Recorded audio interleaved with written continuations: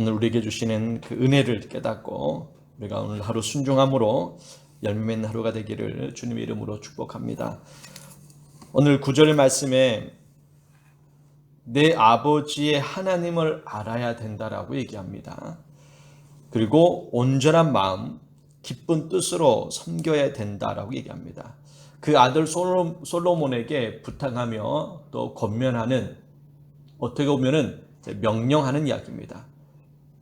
하나님의 뜻을 잘 알고 우리가 순종해야지, 하나님의 뜻을 알지 못하고 우리가 살아간다는 것은, 이것은 정말 불행한 인생을 살아가게 될 것입니다. 다윗의 오늘 당부와 너가 성공할 수 있는 비결은 하나님을 알아야 된다. 그리고 온전한 마음과 기쁜 뜻으로 섬겨야 된다라고 말씀합니다. 그리고 두 번째로는 네가 성공할 수 있는 그런 방법은 하나님이 어떤 하나님인지를 분명히 알아야 되는데, 하나님 어떤 하나님이냐? 모든 마음을 감찰하사 모든 의도를 아신다라는 겁니다. 그러니까 하나님은 너의 생각과 마음도 아신다. 그래서 온전한 마음을 가져야 된다라는 것을 이야기합니다. 내 마음속은 불의한 마음으로 무슨 일을 하려고 한다면은 그것은 결국 좋은 열매를 맺지 못한다는 겁니다. 결과적으로 아무리 좋은 그러한 일들이 생겼다 할지라도 내 마음속에 악한 마음을 품고 일을 한다면은 그것은 좋은 열매를 거둘 수 없기 때문에 그 마음 자체를 더 온전케 하라는 겁니다. 그리고 중요한 말씀이 있습니다. 9절 마지막에 보면은요, 네가 만일 하나님을 찾으면 만날 것이고 만일 네가 그를 버리면, 하나님을 버리면 그가 너를 영원히 버리시리라.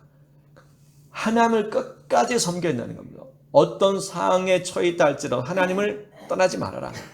그것이 고난 가운데 있다 할지라도 아니면 일이 형통할지라도 늘 하나님과 함께 된다라는 것을 다시 한번 간곡하게 이야기합니다.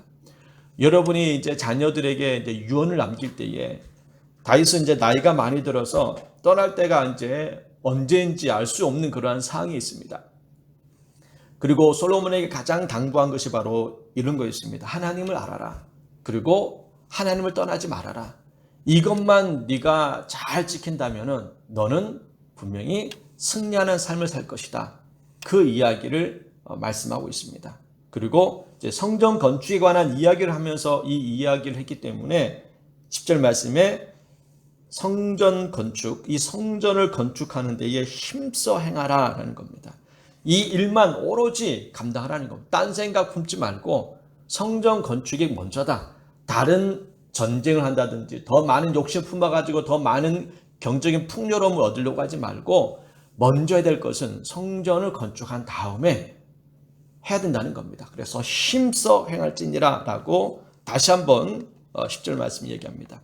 우리가 어제도 말씀을 드렸듯이 7절 말씀에 계명과 법도를 힘써 준행하라 라는 이 표현을 썼습니다. 그리고 오늘은 성전 건축에 힘써 행하라 라고 얘기합니다. 하나님의 말씀에 순종하면서 성전 건축에 힘써야 된다라는 것을 다윗은 당부하는 겁니다. 신앙생활이 바로 그렇습니다. 우리가 신앙생활을 한다는 것은 뭐냐면은 교회 안에서만 신앙을 지키는 삶이 아니라 우리는 교회 밖에서도, 가정에서도 하나님의 이 말씀을 힘써 지키고 그리고 내 영혼을 힘써 지키는 삶을 살아가야 됩니다. 그렇게 된다면은 하나님께서 우리의 삶을 이끌어 가실 겁니다. 그런데 우리는 교회 안에서만 뭔가를 정말 열심히 하려는 그런 마음들이 있습니다. 교회 안에서의 그 열심이 우리가 세상에까지도 영향을 미쳐야 됩니다. 그런데 많은 성도라고 표현하면 좀 그럴 수 있겠지만은 꽤 많은 성도들이 교회 안에서의 그 신앙의 모습과 교회 밖에서의 그 신앙의 모습은 다를 때가 많다는 겁니다. 교회 안에서는 믿음이 참 좋아 보이지만은 직장에서, 가정에서까지도 우리가 이 믿음의 선한 영향력을 나타내는데 그렇지 못할 때가 많아요. 가끔씩 교회 안에 어떤 좋은 큰 직분을 갖고 있는 사람이 밖에서는 온갖 욕을 하고 사람을 못살게 할 구는 온갖 비리에 빠져 있는 그런 사람도 종종 봅니다.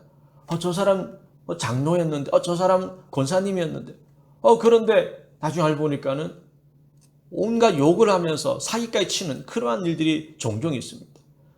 그러한 모습은 참된 신앙의 모습이 아니라는 겁니다. 다윗이 지금 솔로몬에게 하는 이야기가 바로 그런 겁니다. 하나님은 너의 마음까지도 아신다. 마음을 지키라는 겁니다. 그리고 기쁜 뜻으로 하나님을 섬겨라. 억지로 주님을 섬기는 것이 아니라, 물론 때로는 우리가 이 사람의 감정이라는 것이 항상 기쁠 수는 없겠지만은 그래도 되도록이면은 주님의 일을 할 때 기쁜 마음으로 하는 겁니다. 성전을 건축할 때에 힘든 부분이 있겠지요. 그렇지만은 그럼에도 불구하고 하나님을 기쁜 마음으로 이 모든 일들을 감당하기를 다윗은 원했던 겁니다. 그리고 여러 가지 이제 성전을 건축할 때에 필요한 이야기를 쭉 하면서 한 말이 있습니다. 19절 말씀에 보면은요, 이 모든 이 성전 건축에 필요한 부분들과 만드는 모든 부분들에 대해서 다윗이 이렇게 고백합니다. 19절 말씀에 다윗이 이르되 여호와의 손이 내게 임하여 이 모든 일의 설계를 그려 나에게 알려주셨느니라. 성전에 필요한 모든 기구들, 모양들, 이러한 것들에 대해서 다윗이 하나님에게 받아서 이 모든 것을 알려줬다는 겁니다. 물론 이미 모세를 통해서 이 기본적인 성막 구조라든지 성전의 구조는 그려져 있었습니다. 그렇지만 그 외에 여러 가지 그에 필요한 모든 것들에 대해서도 다윗이 하나님께 감동을 받아서 또 가르쳐 주신 거에 대해서 이렇게 글의 설계도를 그려가지고 알려줬습니다. 예를 들면은 성전 안에 있는 곡간들, 이러한 필요한 부분들은 다른 모세에 없는 그러한 모든 것들은 다윗이 하나님의 손에 이끌려서 설계도를 그렸다라고 말씀하고 있습니다. 그만큼 다윗의 마음속에는 항상 성전을 짓고자 하는 그런 간절한 마음이 있었던 겁니다. 이런 간절한 마음이 있었기 때문에 하나님께서 은혜를 주시는 겁니다. 간절한 마음이 없으면 하나님의 은혜가 임해도 그것을 받을 수가 없습니다. 마치 우리가 이 그릇이라는 것이 담을 수 있도록, 그릇이 담을 수 있도록, 물을 담을 수 있도록 우리가 파여 있어야지, 엎어 있으면은 아무리 그 물을 담으려도 담을 수가 없듯이 우리의 마음속에 하나님을 찾고자 하는 그런 간절한 마음을 주님께서는 보신다는 겁니다. 은혜를 주시는 분은 하나님이지만은, 그러나 우리가 이 마음에 담을 수 있는 그런 마음을 가져야 된다는 겁니다. 똑같이 하나님 말씀을 듣지만은 어떤 사람은 말씀을 깨닫고 은혜 받는 사람이 있지만 어떤 사람은 아무런 은혜를 체험하지 못하는 경우가 많이 있잖아요.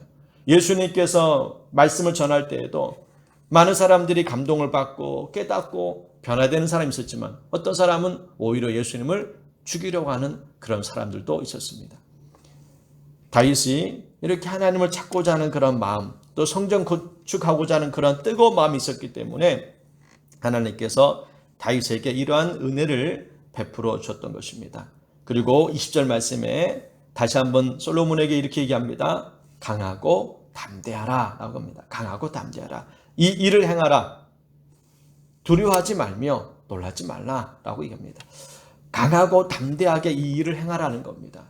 그리고 두려워하지 말아라. 많은 여러 가지 힘들고 어려운 일이 있다 할지라도 하나님이 너와 함께 한다. 이 사실만을 꼭 기억하라는 겁니다.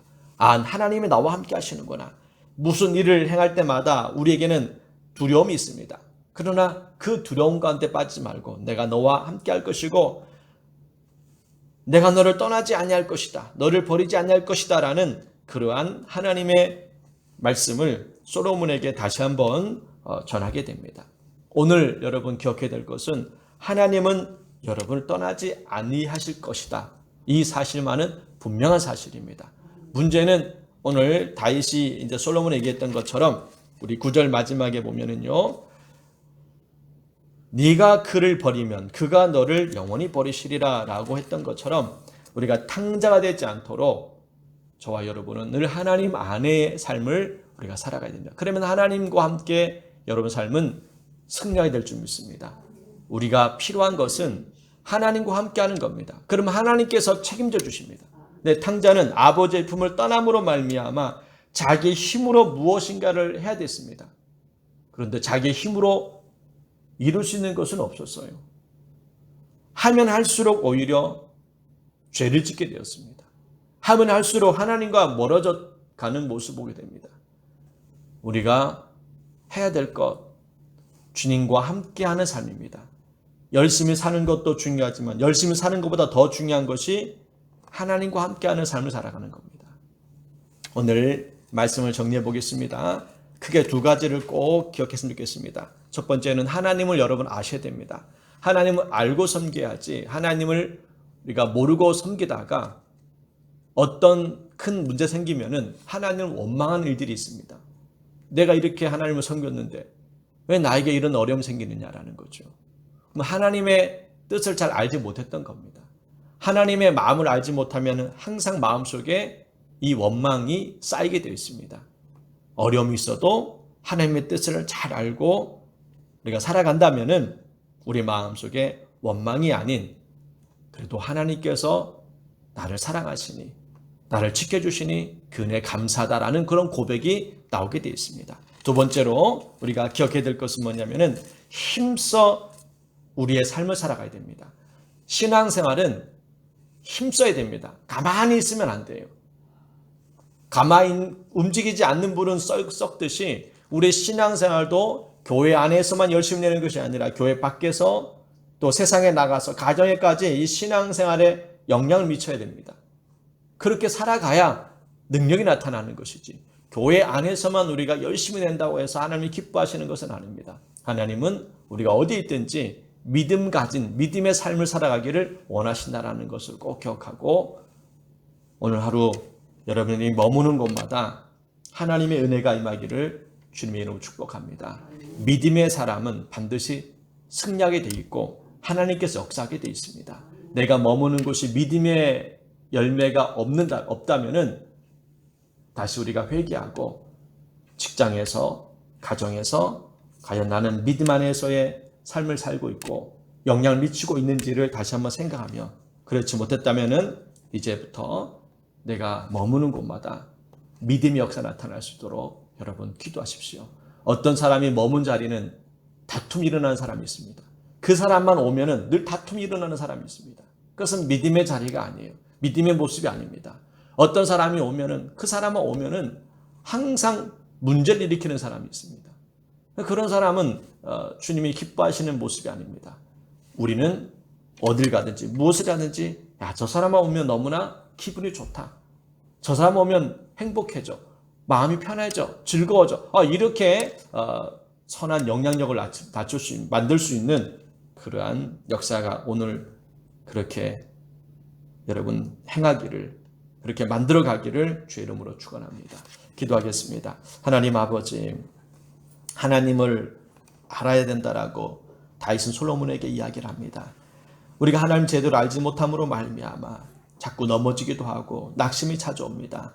주님이 어떤 분인지를 잘 깨달아서 하나님 우리에게 좋은 것 주시기를 원하시고 우리의 삶에 많은 것들을 주기를 원하시는 하나님, 그 하나님이 우리와 함께함을 늘 알게 해주셔서 좌로나 우로나 치우치지 아니하고 하나님 안에서 온전한 삶을 살아갈 수 있도록 우리를 붙들어 주시고 또 우리가 힘써 믿음 생활을 잘 감당할 수 있도록 우리에게 굳건한 믿음과 담대함을 주시옵소서. 강하고 담대하라고 말씀하신 것처럼 오늘 하루도 강하고 담대한 삶을 살아갈 수 있도록 붙들어 주시옵소서. 예수님